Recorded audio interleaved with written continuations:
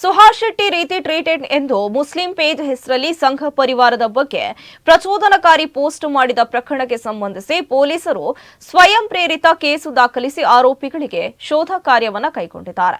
ಬಜ್ಪೆಯಲ್ಲಿ ಗೋಮಾಂಸ ಒಯ್ಯುತ್ತಿದ್ದ ತಂದೆ ಮಗಳನ್ನ ತಡೆದ ಪ್ರಕರಣಕ್ಕೆ ಸಂಬಂಧಿಸಿ ಇಬ್ಬರು ಯುವಕರ ಫೋಟೋ ಹಾಕಿ ಮಿತಿ ಮೀರುತ್ತಿರುವ ಸಂಘಗಳ ಅಟ್ಟಹಾಸ ಎಂದು ಬರೆದು ಪ್ರಚೋದನಕಾರಿ ಸಂದೇಶ ಹಾಕಿದ ಬಗ್ಗೆ ಮಂಗಳೂರು ಪೊಲೀಸರು ಸ್ವಯಂ ಪ್ರೇರಿತ ಕೇಸನ್ನು ದಾಖಲಿಸಿದ್ದಾರೆ. ಅವರನ್ನ ಏನು ಮಾಡೋದಿಲ್ಲ, ಅವರನ್ನ ಕೇಳುವವರು ಇಲ್ಲ, ಹೇಳುವವರು ಇಲ್ಲ ಎಂಬ ಧೈರ್ಯ ಅವರಿಗಿದೆ. ನಾವು ಆಡಿದ್ದೇ ಆಟ ಎಂಬಂತಾಗಿದೆ. ಇನ್ನು ಈ ಗೋಮಾಂಸಕ್ಕೆ ಸಂಬಂಧಿಸಿ ಸಂಘ ಪರಿವಾರದ ಭಯೋತ್ಪಾದಕರ ದಾಳಿ ಈಗೀಗ ಹೆಚ್ಚುತ್ತಲೇ ಇದೆ. ಅವರಿಗೆ ಕಾನೂನಿನ ಭಯವಿಲ್ಲ ಎಂದು ಪೋಸ್ಟ್ ನಲ್ಲಿ ಹೇಳಲಾಗಿದೆ. ಬಜ್ಪೆ ಪೊಲೀಸ್ ಠಾಣೆ ವ್ಯಾಪ್ತಿಯಲ್ಲಿ ಡಿಸೆಂಬರ್ 27ರಂದು ನಾರ್ಲಪದವು ಎಂಬಲ್ಲಿ ಅಬ್ದುಲ್ ಸತ್ತಾರ್ ಎಂಬಾತ ತನ್ನ ಮಗಳ ಜೊತೆಗೆ ಸ್ಕೂಟರ್ನಲ್ಲಿ ಅಕ್ರಮವಾಗಿ ದನದ ಮಾಂಸ ಸಾಗಾಟ ಮಾಡುತ್ತಿದ್ದ ವೇಳೆ ಸುಮಿತ್ ಮತ್ತು ರಜತ್ ನಾಯಕ್ ಎಂಬುವರು ತಡೆದು ನಿಲ್ಲಿಸಿ ಹಲ್ಲೆ ಮಾಡಿದ ಬಗ್ಗೆ ಬಜ್ಪೆ ಪೊಲೀಸ್ ಠಾಣೆಯಲ್ಲಿ ಪ್ರಕರಣಗಳು ದಾಖಲಾಗಿವೆ.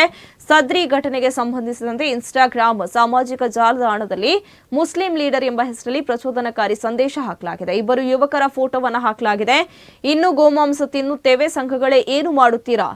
ನಿಮ್ಮ ಜನ್ಮಕ್ಕೆ ಹದಿಹರೆಯದ ಮಕ್ಕಳನ್ನ ಕೂಡ ನೀವು ನೋಡೋದಿಲ್ಲ. ನಿಮ್ಮ ಮನೆಯಲ್ಲಿ ಮಕ್ಕಳು ಇಲ್ಲವೇ? ಸರ್ಕಾರ ಆದಷ್ಟು ಬೇಗ ಈ ನಾಯಿಗಳ ಮೇಲೆ ಕಾನೂನು ಕ್ರಮ ಕೈಗೊಳ್ಳಬೇಕು ಎಂದು ಅದರಲ್ಲಿ ಹೇಳಲಾಗಿದೆ.